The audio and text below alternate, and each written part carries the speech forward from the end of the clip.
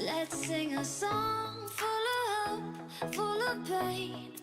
Why don't you sing along, my friend? For it's our last refrain.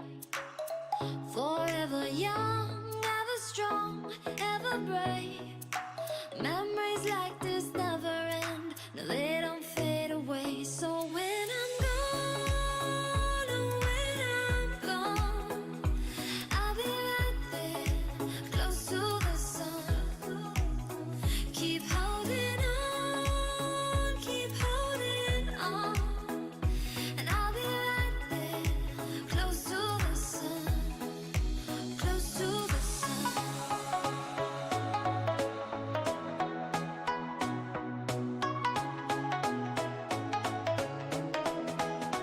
Close to the sun.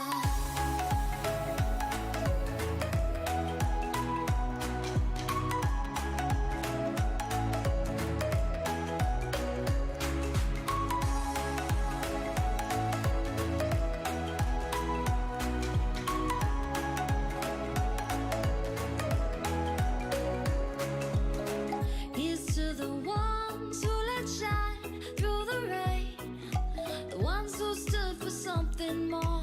We won't forget your names. The tide is high, say goodbye, we're setting sail, and all those midnight secrets told, we'll take them to the grave. So when I'm gone, oh, when I'm gone, I'll be right there, close to the sun. Keep holding on, keep holding on, and I'll be right there, close to the sun, close to the sun. Close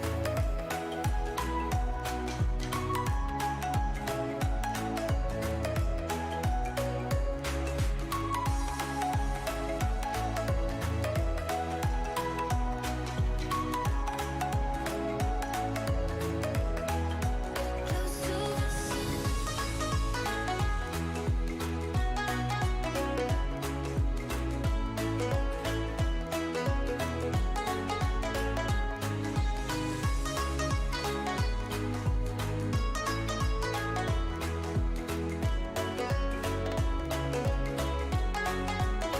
So when I'm gone, oh, when I'm gone, I'll be right there, close to the sun. Keep holding on, keep holding on, and I'll be right there, close to the sun, close to the sun. All right, everyone, welcome back to the Icy Lair podcast. I am your host, your Ice Dragon, Rayron VR. It is another week. This is 11 December 2021, and man, we got a few things to talk about. My goodness, I actually had to make a video because there was actually a lot of topics to cover. So we're just going to dive right into it. So the first one is, and I do have a few, again, kind of a different train of thought, but I do have two announcements I'm going to be making at the end of the stream, so I'm actually excited for that because it's something that I've been wanting to do.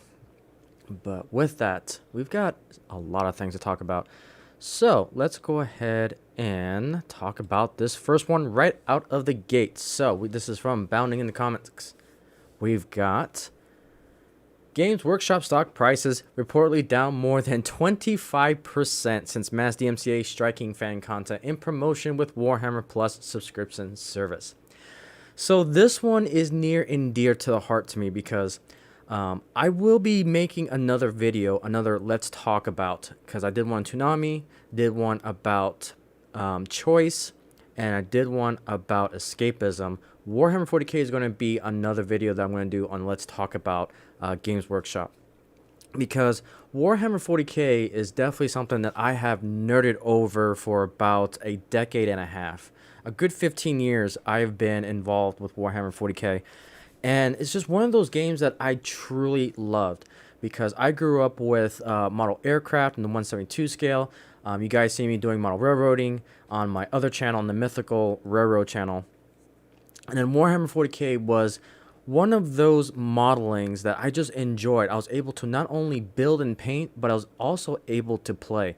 I started playing back in 3rd edition back in junior high, and I've been in the hobby ever since. Unfortunately, though, Warhammer 40k has been a love-hate relationship for me because I love the game to pieces. The problem, though, is that it got insanely expensive. Back in the day, you were able to get a rule book, the core rule book, for $30. That has nearly doubled in today's money, about $65, $70 to get a core rule book. And then if you want to buy a codex, so if you guys don't know what Warhammer 40k is, you got the main rule book, and then you got several other armies you can choose from to basically battle on a tabletop table. And so you need not only the core rule book, but you also need the proper rule book for the armies that you want to play. Those rule books also cost $50. So just to get into the game, you're shelling at least $120 just to get the rules for it, which is kind of steep.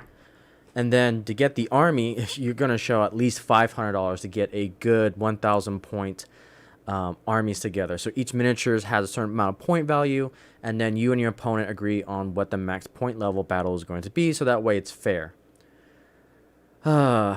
Again, Games Workshop has become the largest majority entity and learned the abandoning its core fan base in favor of chasing a profit. Yeah, it doesn't surprise me, unfortunately.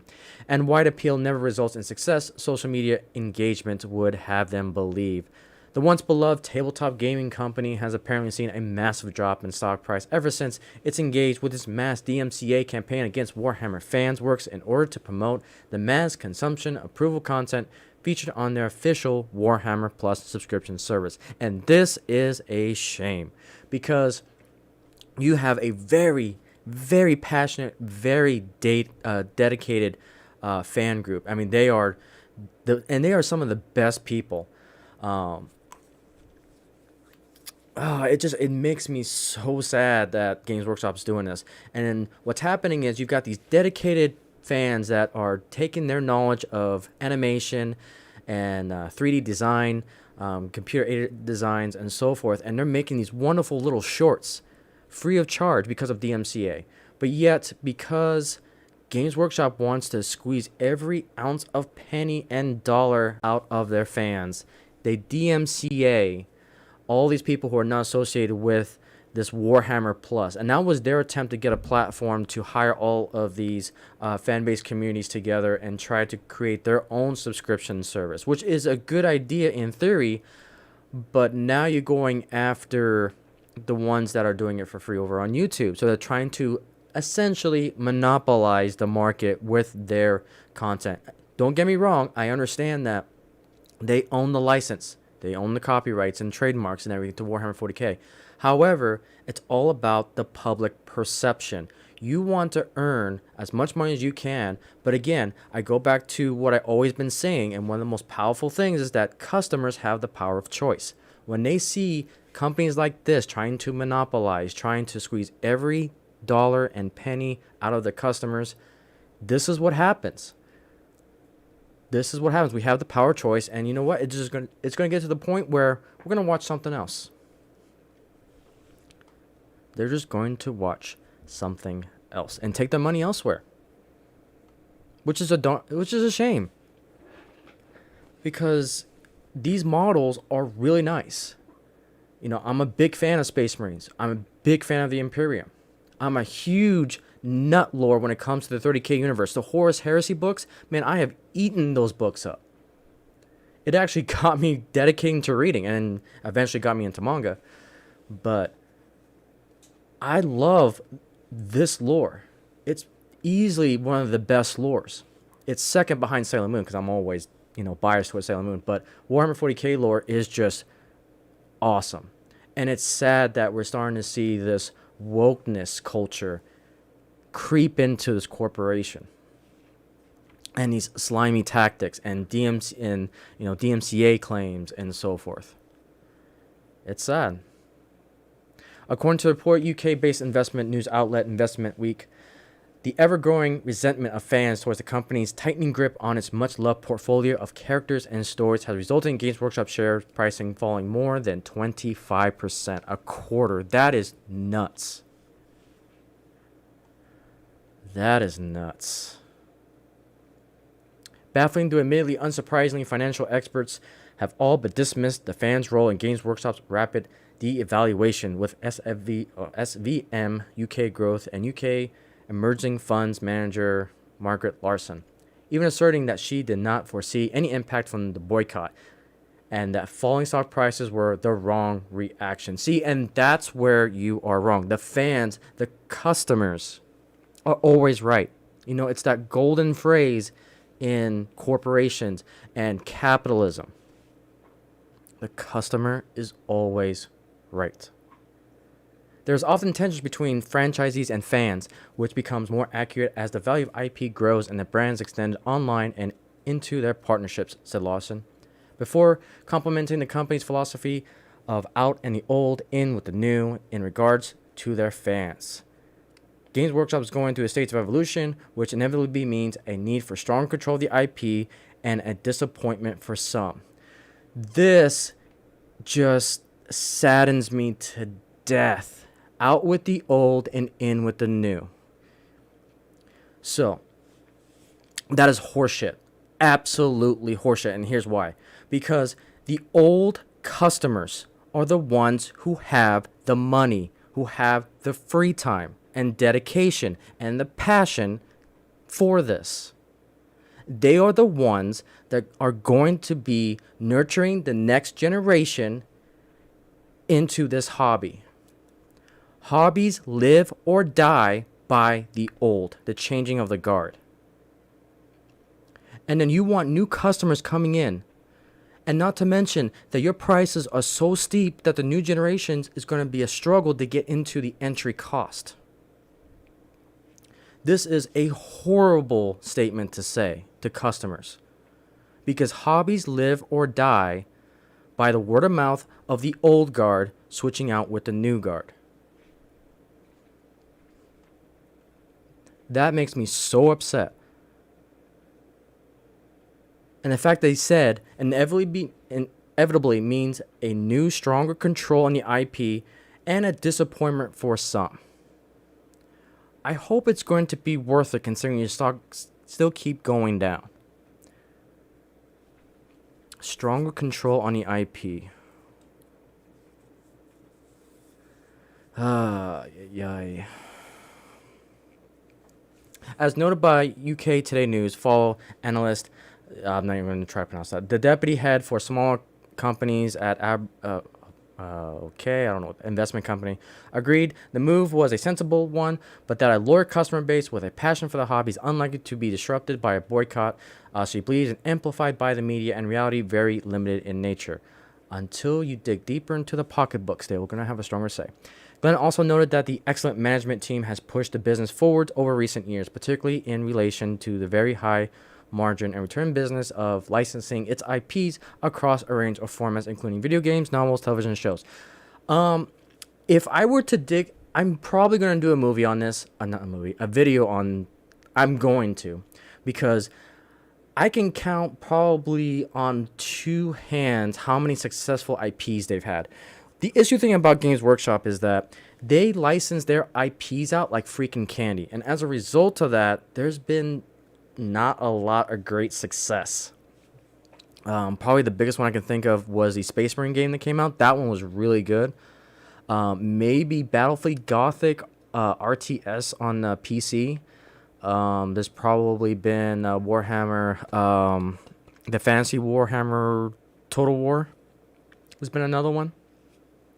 There's been a handful of few games, but there's been a shitty amount of games that have not been good. So, yeah, they're terrible when it comes to IP. Just quality assurance and quality control, because even Dawn of War, I think that's probably my favorite one, is the Dawn of War RTS. That was so good. It created the anti-turtling techniques that I've ever seen before, and that was you got to capture strategic points in order to get to like the next tech tree. You gotta capture relics in order to build like the monolith from Necrons, the Baneblade from the Imperial Guard, and I'm still calling them the Imperial Guard, Games Workshop. This Asteroid Militarium is absolutely BS. Absolutely BS, and it still says there's a battle. But I digress. I'm very passionate for Warhammer 40k. Very passionate. However, not everyone spoke to Investment Week underestimate the potential of passionate and dedicated fan base. As senior investments and markets analyst at Hevergraves, Lansdowne, oh my goodness, recognize that fan sites can be the lifeblood of a brand. Yes. Although it's underestimated that the company wants to protect IP from scammers, replicating its miniatures using 3D printers. Games Workshop appears to have upset a die-hard fan base by cracking down amateur animations as well. That is going to be the biggest threat to tabletop gaming, not just to Games Workshop, but just as tabletopping as a genre, as a gaming device. 3D printing, when that goes down and the cost of resin casting comes down, and as technology gets better and better with 3D printing, it's going to be interesting where the shift is going to be. Warhammer 40k, or not Warhammer 40k, Games Workshop really needs to embrace 3D printing. They really need to do a foresight on this, because eventually, even right now, people are starting to 3D print some of these miniatures. Obviously, they're not going to be legal in any sanctioned Games Workshop tournaments or events.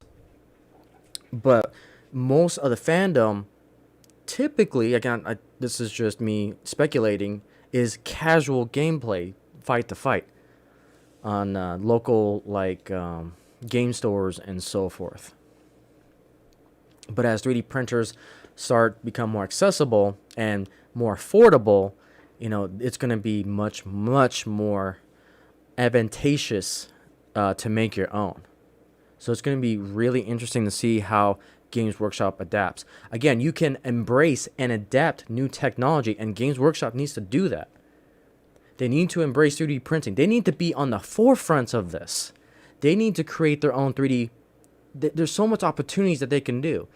Come up with their own 3D printers. Start making those CAD designs and start copyrighting, trademarking them, and selling them to the people, to the fandom, at a much cheaper price. But again, they want the money. They want a nickel and dime us. So what they're going to do, they're going to try to copyright and go after. They're going to try to fight against this technology. And they need to embrace it. They really need to. And I just don't understand why Games Workshop actually uses 3D printers to begin with to make their own miniatures, because they could probably bring the cost down, because they're using some really expensive resin plastic casting and molding, like old school wise. I don't know if it's resin. I'll have to double check on that. But they need to embrace 3D printing, because if they don't, they're going to be left behind. They're going to be left behind, and that'll be the ultimate downfall. Games Workshop, I think, is just one of those companies that it's big enough to survive. It's going to take their own demise for them to actually go out of business. So we'll see. We'll see what happens with that. Games Workshop appears to have upset a diehard fan base by cracking down amateur animation as well. Shooter explained, "We have seen before how tips and advice can spread like wildfire through social media. So the growing clamor on sites like Reddit for a boycott of the company's risk being the tip of the iceberg problems for Games Workshop." Yeah, news spreads fast. And that's the thing too about Warhammer 40k. It's like there is a big diversity when it comes to the fan base. You got people creating great fan art, great lore, cosplaying. The fandom is just dedicated, and they're some of the nicest people too. They're into this hobby. The Grey Knights, Thunderhawk, Inquisitors, Grey Knight Terminators right there. Like I said, I am a nerd when it comes to Warhammer. Oh my goodness.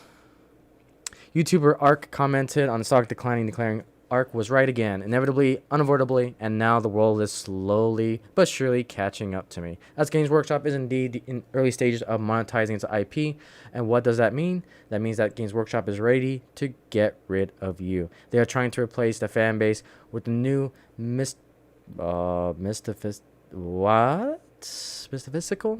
glorious, and okay, unknown, wider audience. He continued. Okay, so on and so forth. Oh, this is a great picture. Oh, I love this. So, I'm a big fan of 30K. So, quick kind of rundown of what the 30K universe is when it comes to Warhammer. So, and probably 40K as well. Okay, so the human race basically unified by this Emperor Star Child, essentially. And he made, basically, if I remember correctly, 20 clones of himself called Primarchs. The Primarchs were scattered from the old gods, essentially, of the universe, and he had to reunify with all of his so-called children. Each one of them had like a legion of 100,000 troops. And each one of them had their own name. So like Luna Wolves, Ultramarines. The one that's pictured here is the Emperor's Children. And so forth. So this guy right here is basically the Primarch of the Emperor's Children. And, oh, crap, I forgot his name. Fulgrim, there we go. My goodness. Revolt my 40K card right there. So, yes, this is Fulgrim. He is the Primarch for the Legion of Emperor's Children, which is also one of the traitor legions. So you basically had this giant civil war. There's this one particular Primarch that was all that he thought. I'm trying to see how I can explain this in layman's terms. Basically, you had one guy go bad because he thought the Emperor was trying to become a god and become immortal and so forth. And so he united a couple other legions to go up against him, and they had this big fight essentially, and they lost. That summarizes like 50 books of the Horus Heresy a little bit, and a good chunk of lore in the 40K universe. But anyways, and yeah, and Primarch Horus Heresy was the one that started all that. But anyways, that is Warhammer 40K in a nutshell. I am still passionate about this. The Games Workshop company is definitely drives me nuts. It drives me nuts because I love Warhammer 40K. It's a love-hate relationship because I love the lore. I love the miniatures. I love the gameplay of this. Ridiculously expensive, though. I used to play for a decade, and I had to get out of the hobby because it was just so expensive. And it's like every 2 to 3 years, they'll come out with another rule book, another codex to buy. So it's like you're shelling out like almost $200 just in rules updates alone every 2 to 3 years. So, not to mention chapter proofs, frequently asked question updates. It just gets really tedious. So trying to get into the entry cost of this hobby, of this game, is just ridiculous. It's ridiculous. And with the rise of 3D printing, it's really threatening it. So, I don't know. We shall see. But I saw that article, and I knew I had to talk about it because Warhammer 40K is definitely... I love the game. I love the lore. I'm really passionate about it. And to see what Games Workshop is doing to itself, it saddens me so much. And it's like we all know that those who are dedicated fans know that wokeness has already crept into the company. Like we're starting to see with some of the statements from this article, for example. And how they're treating the fan base. And it sucks. It sucks to support it. Most things, if I do get back into Warhammer 40K, it's going to be 100% secondary market. I won't buy anything direct. I'll support the secondary market, so we can get some discounts and so forth. Not buying directly from them, but yeah, it drives me nuts. But I will do an in-depth let's talk about Warhammer 40K, or I'll do probably one about Games Workshop in general. So we got the Ultramarines there. So we got some Terminators in the background here. Got some Assault Marines there. Oh man, I miss playing this. Got the this is the Plague Marines, Nurgle. And I think if I remember correctly, they were called World Eaters as... It's been a while. I have to brush up on my knowledge, but I think that's World Eaters as their legacy, as their Legion name before they went Traitor. Before they submit themselves to the forces of Chaos Space Marine. We talked about that one. The Emperor's Children. Yeah, good stuff. Good stuff. Good times too. But yeah, we'll see what happens with Warhammer 40K. We shall see. Okay, so now we're going to go into our next topic, which kind of caught a lot of people off guard, including myself. I was not expecting this to happen, but some people did call it out, and Timple also called it out. And that is, good old Rumble had a nice little bombshell for us, and I talked about this in my video, The Power of Choice. So Rumble decided to make a statement against Odysee. So I think, to my understanding, again, I gotta dig a little bit more into this. Odysee basically made a tweet to Rumble saying that Rumble was using this, I think, this bot site to help boost traffic and numbers. Again, I'll have to look into it. But anyways, Rumble came out and said that tweet is spreading misinformation. It's defamation against us. And if you keep this tweet up, then we're going to threaten to sue you, essentially. And in my video, The Power of Choice, we kind of broke down a little bit of the legalities behind that. And, Rumble may have a case, but may not. It just depends. But again, regardless of who wins here, it is up to the interpretation of the users, the public, and the customers. And my biggest fear is that I need a secondary platform just in case. I think all of us do. And that's a great thing about capitalism, is that there's always going to be a marketplace. There's always going to be competitors. There's always going to be the ability to have diversity and options and so forth. And competition is always healthy. And so when Rumble came out with a statement, I kind of looked into this, and there's one particular paragraph, and again, I highlighted this in my video, The Power of Choice, but it's interesting. Any claims to the contrary, including the tweets, risk misleading potential investors in Rumble, as well as users, partners, and others in the marketplace. It's interesting that they put the investors first instead of the users. If you're truly a platform for the users, for the content creators on there, you'd think they would have that statement to appeal to the people who are actually going to be using it. But since Rumble went public and potentially get shares, they put investors first. And I have a problem with that. Again, I may be reading too much into this, but it is a concern that I have for the future and perception. And this is telling me that you care more about the stock market than you do your own customers and potential future users and content creators on this platform. And then the other thing you got to think about is the implications and how this can be weaponized in the future. Okay, so Rumble's going after a company of Odysee.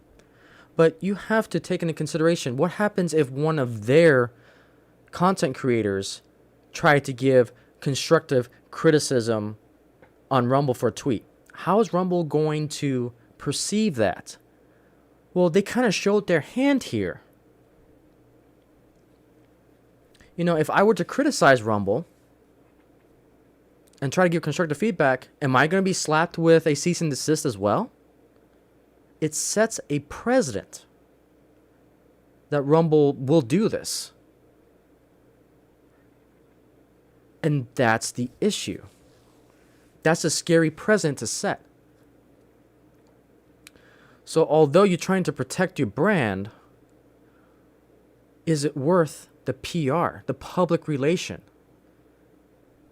a department, an aspect of a corporation that a lot of people are just taking for granted?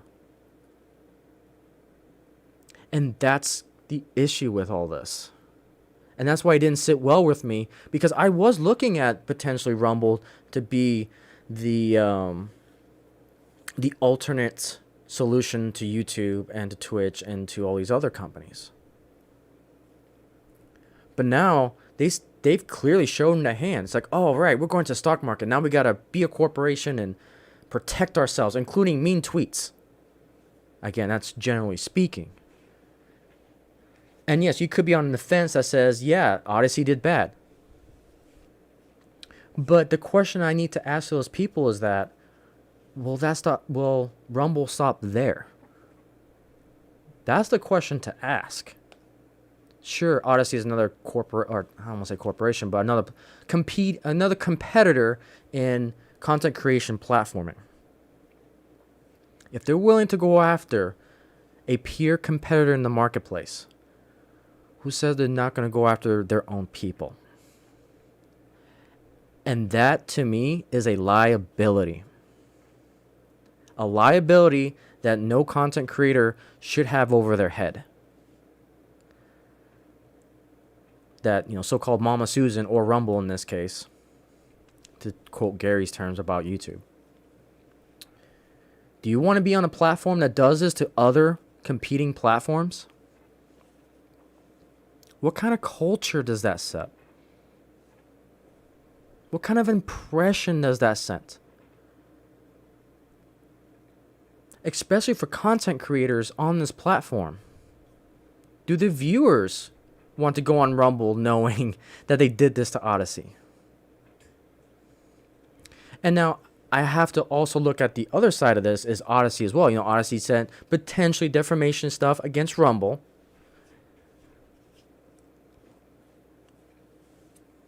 And so you can take it from that approach. I get it.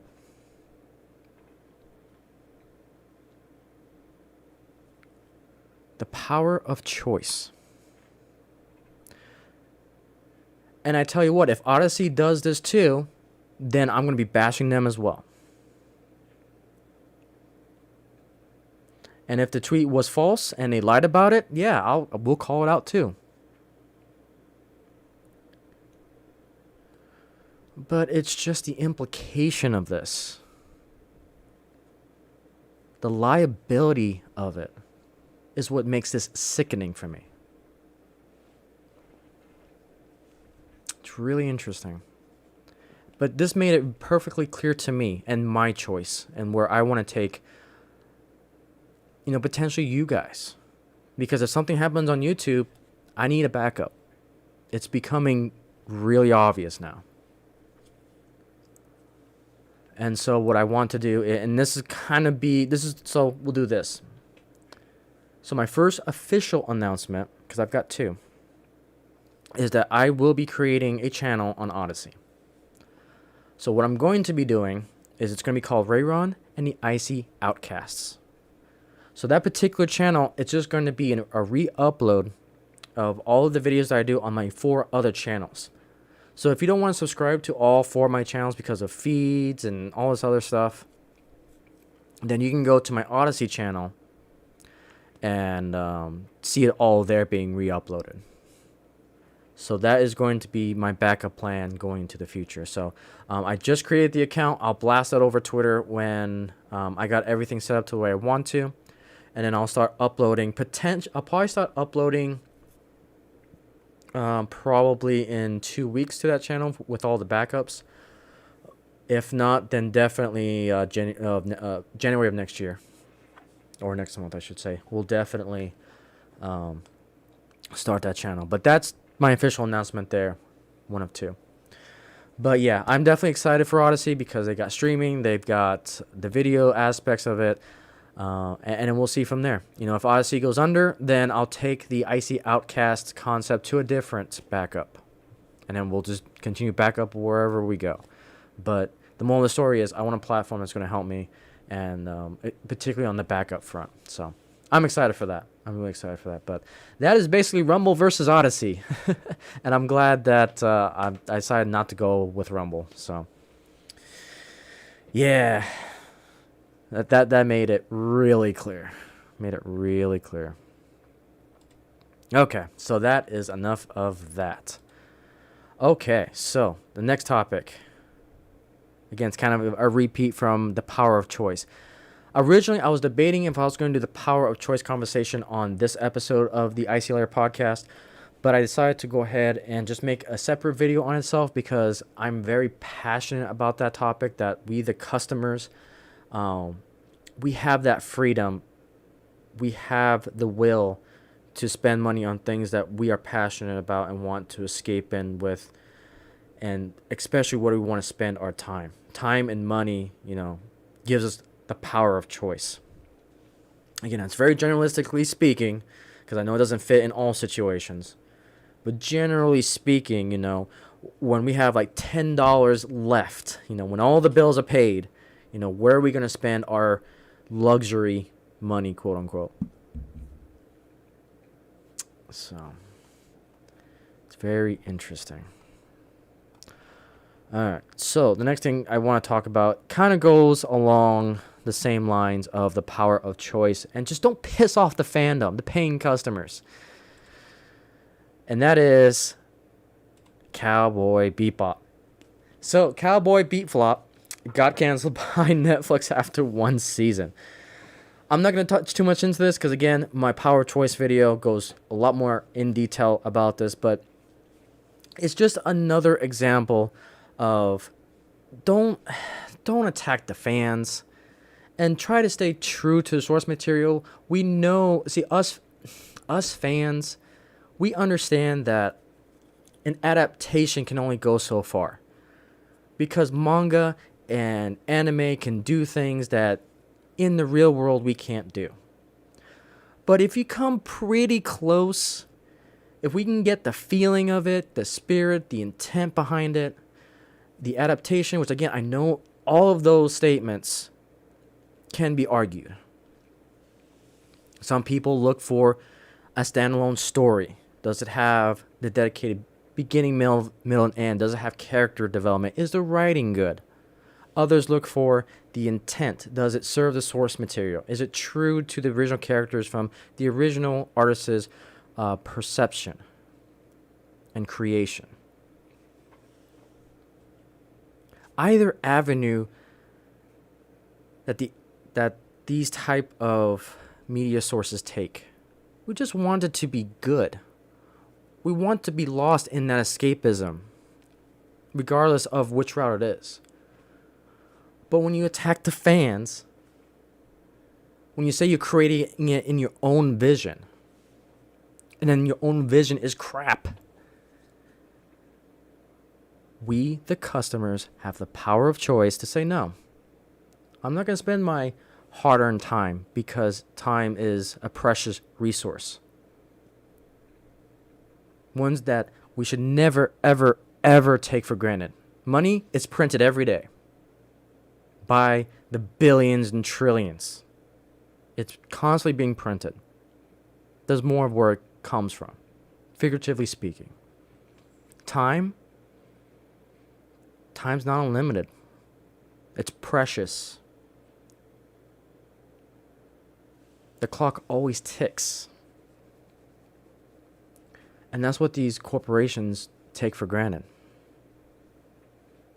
They think they can earn a quick buck.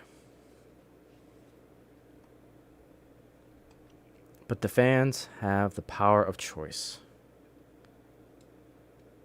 And that right there is what's telling. 56% positive audience score on the site. And then it plummeted. So let me read the statement. So the Space Western had a rough reception. The 10-episode series garnered only 46% positive critics rating on the reviewer aggregate score of Rotten Tomatoes. Fans seem to agree, giving the show a 56% positive audience score on the site, according to Netflix's top 10 site. The series has racked up almost 74 million viewing hours worldwide since its debut. So it got plenty of sampling out of the gate, but plummeted 59% of the week of November 29th to December 5th. The fans have spoken. And it's a great thing. Again, it's the power of choice. The power of choice. Cowboy Beep Flop. Stick with the anime, stick with the manga. Just the way to do it. Just the way to do it. Alright. What else do we got to talk about? Let's see here. Yes, let's go ahead and talk about that. Alright, so there was a new trailer that came out. I'm not going to talk about Spider-Man, because Spider-Man, with each and every trailer, gets shittier and shittier. I'm still going to watch it. I'm probably going to end up watching it on my birthday, which I want to try to avoid spoilers as best I can, but, you know, with social media, with me being so in-depth with it, I'm probably going to get spoiled, but it is what it is. I want to keep my tradition of dinner and a movie on my birthday, good old December 21st. I feel old, but anyways, there's a new movie that's coming out, and I'm actually quite excited for it. And that is this guy right here, Sonic 2. So the first Sonic was an example of actually listening to the fans. I'm going to pause this real quick. Let me see if I can actually get a trailer. No, this will actually work. I will actually go ahead and put this up. This is kind of my copyright protector thing. Nope. And mute that. Okay. So anyways, we've got a new trailer. So we got the Sonic 2 the Hedgehog. So what's cool about this is that Sonic has an interesting story. In the age of wokeness, going against the fans, attacking the fans, is and phobes and all these other terms that you've heard plenty of times, out comes a little movie called Sonic the Hedgehog. Now, the first version, iteration of Sonic in real life action was horrendously bad. I mean, it was cringe fest. Looks like someone was wearing a really bad fursuit. And then something beautiful happened. The CGA department, the director, the producer, they all came out and realized, yeah, we were wrong. Let's go back and fix it. And they did. And they were rewarded for it. And I was taken away by it. So I ended up watching it at home during, I think it was during the virus and everything. But it was a really good movie. It was a great movie to watch. And to see that they were able to actually listen to the fans. I think they did really good. And then we got the second trailer that came out. And I tell you what, I am excited for this movie next year. I'm definitely going to see it in theaters. We got our villain, Jim Carrey, is coming back. And I think he played a great egghead. I think he played a really, really good egghead. I think that's... let me just double check. Let's see, Sonic. Yeah, Dr. Egg. Oh, Eggman. Wow. Sorry. Eggman. But anyways, I'm excited for this. And not only that, we've got Tails coming into this. And the voice, I think I can get comfortable with. I'll have to watch it in the theaters, but I think the voice acting for Tails is going to be good. And then not only that, we got Knuckles on top of that. It's going to be interesting to see how they're going to bring Knuckles into it, because they're definitely portraying him as an antagonist, along with Eggman. So I am definitely excited for this. Yeah. Can't wait. It's going to be definitely one of my most anticipated movies of next year. So we shall see. We shall see. Sonic 2. I think that's just a love letter to the fans. And that's fantastic. We need more of that. Especially in these times. We need more letters to the fans. You know, we're on the right path. We got it with Ghostbusters Afterlife. And now hopefully Sonic 2 can... And hopefully we'll see about Spider-Man. Like I said, I've got strong worries about the Spider-Man movie coming up. Each trailer continues to go down that path of what is Disney doing? What is Disney doing? I just don't get it. But that's enough of Disney. I'm trying to get away from Disney a little bit for this stream. But yeah, we'll see. All right, let's talk about things that I'm also passionate about. So let's go ahead and take a look at SpaceX. So got a few things here about on the space side. So this was pretty cool. So if you guys don't know, SpaceX has these reusable landing rockets called the Falcon 9 booster system. And so they've got these drones out here that go over in the Pacific or the Atlantic, depending if they're taking off from Florida or taking off in California. And these rockets come back and land themselves autonomously. It is crazy. So you can see this is the landing of one of those Falcon 9 missions. It's just so freaking cool. Reusable rockets. And you got to take into consideration, these boosters are about 3 stories tall. So you basically got an apartment building landing on its own. So cool. So cool. Let's see a few other things here. Okay, so this is another one.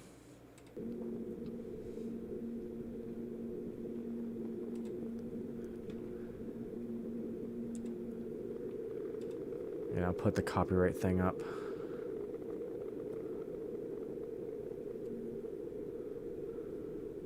Oh, this is so cool.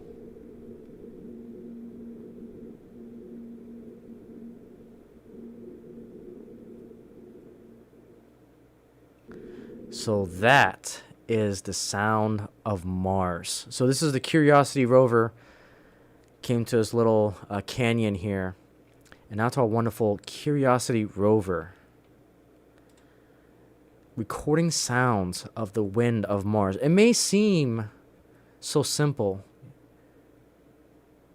but it's so just different from a different planet that's several light years away.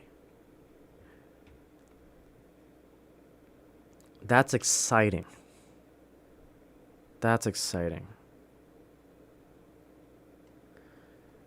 Really, really exciting. And then we got some more pictures here. So from the last spacewalk that happened, I think about 2 weeks ago now, the astronauts were taking pictures.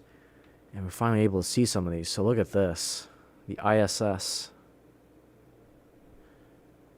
Crystal clear. Let's look at that. Right here you can see the Dragon capsule. Just something to behold. We've got a Japan modular to the lower left. Ah, so cool.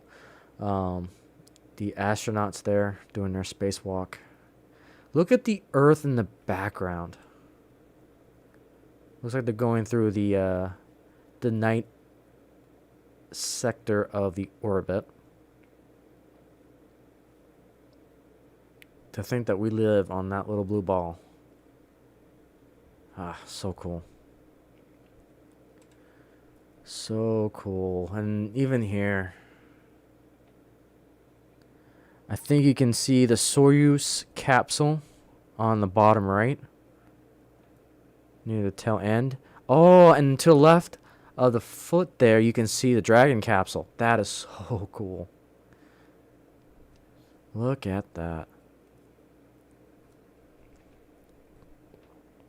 Just awesome. And then two more things. So this is also pretty cool. So this little flower / plant here is the first flower ever to be grown in space. And not only that, I think they grew like chilies and I think cucumbers on the ISS, proving that you can grow plants in space. It's crazy to think about.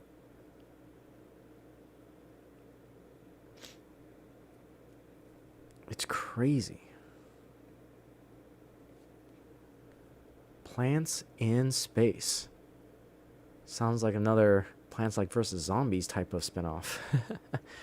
And then finally for space this week is this awesome picture here. This is an artwork done by James Vaughn here. Again, this nice little link here. But this gives you a size comparison of humanity's future flight. On the left here, you've got SpaceX's Starship design. So you got the Starship on top with the booster system on the bottom with those new, most powerful engine to my understanding and most sophisticated Raptor engines. And then on the right, you got NASA's SLS booster system. I think it's called the Orion capsule that's carrying it. I can't remember if that's true. Let me double check. I think it's the Orion capsule. Let's see here. I'm pretty sure it is. What's it called? Yes, it's going to be it's the Orion spacecraft. So that spacecraft design is what's going to take us to the moon and beyond. And I am excited. The future's right there. Space. It truly is the final frontier. So cool. I am excited. And then one thing I forgot to save, but I think it was the Surface Transportation Board and the FAA and NASA all gave the grant window for SpaceX to actually launch their Starship into orbit. So the window opens 20th December 2021, which is in a few weeks, and it ends around the 22nd of February 2022. So that is their window to launch the SpaceX aircraft along with their booster into orbit. So latest word is that it's going to be around January is when they're going to try to do this test, and I'm going to try to live stream it. We'll see, because it depends on what type of day, if I'm working or not, so it just depends. But extremely passionate. Can't wait. All right, so that's pretty much all I got this week about space. Trying to see what else we've got here. So one last kind of article. So, we're talking about attacking the fans. And again, good old Bounding the Comics. If you guys want great sources and articles, Bounding in the Comics is the place to go. They got some great articles. So, good old Will Wheaton calls Dave Chappelle a bigot and a piece of shit after Netflix announced the comedian will headline Netflix as a joke festival. Remember I said about attacking the fans? That we share audiences? Yeah, I lost all respect for Will Wheaton. Lost all respect for the dude. Star Trek host Will Wheaton targeted Dave Chappelle in a recent social media post, calling the comedian a bigot after it was announced that Chappelle would headline Netflix's Joke Festival. Wheaton took to Facebook where he shared a Rolling Stone article announcing that Chappelle would headline Netflix Comedy Festival. He then proceeded to comment on the announcement, writing, "Absolutely disgusted. Every single comedian who is on the bill should withdraw unless and until the despicable bigot is uninvited." We also talk about cancel culture. And here we are. We have a so-called freaking actor, nerd, and so forth, using his fandom as a weapon to cancel Dave Chappelle on Netflix. That is disgusting. That is hypocritical. It is ridiculous to say the least.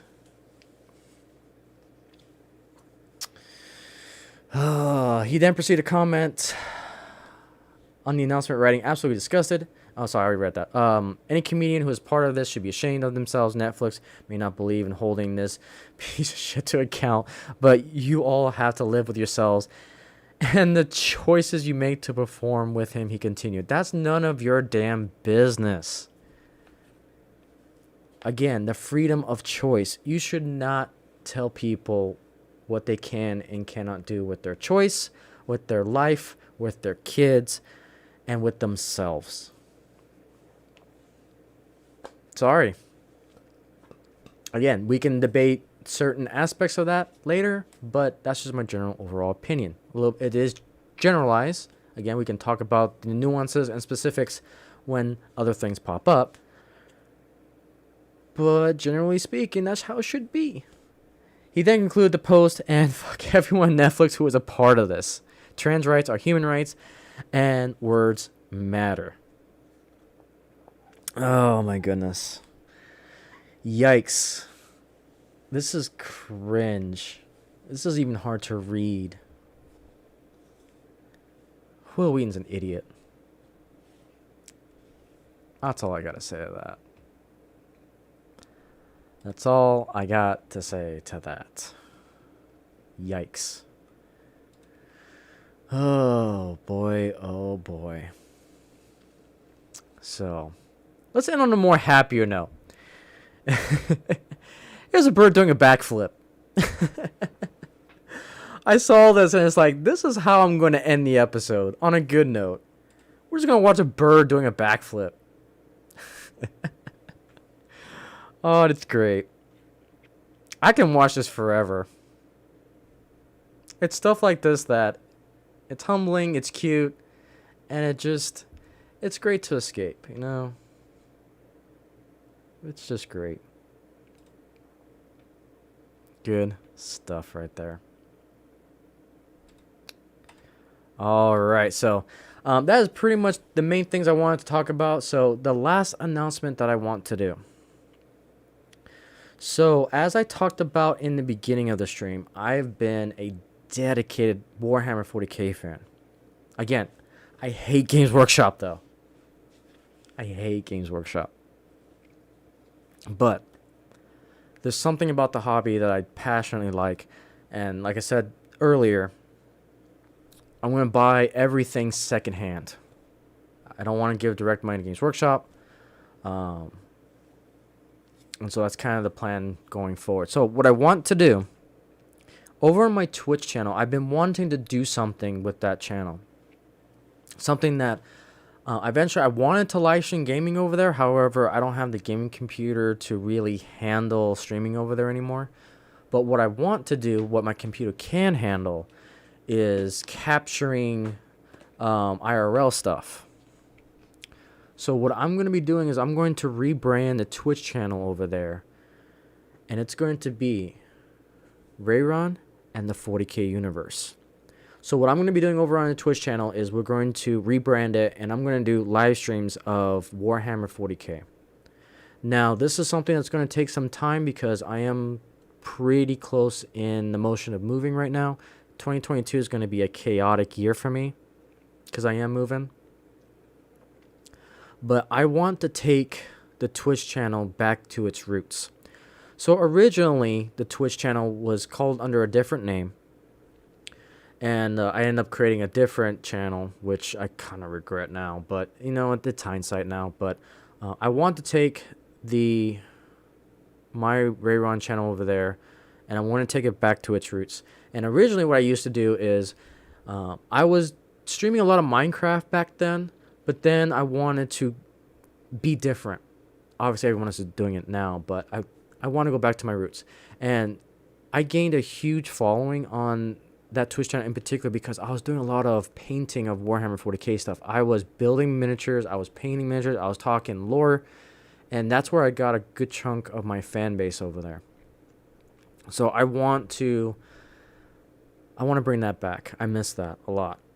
And so over on the Twitch channel, it's going to be pretty much a dedicated Warhammer 40k content. And then what I'll end up doing is those streams will then get recorded and then I'll upload them to either the After Dark or to the Endless Collectibles channel. I'm not sure which one I'm going to do yet.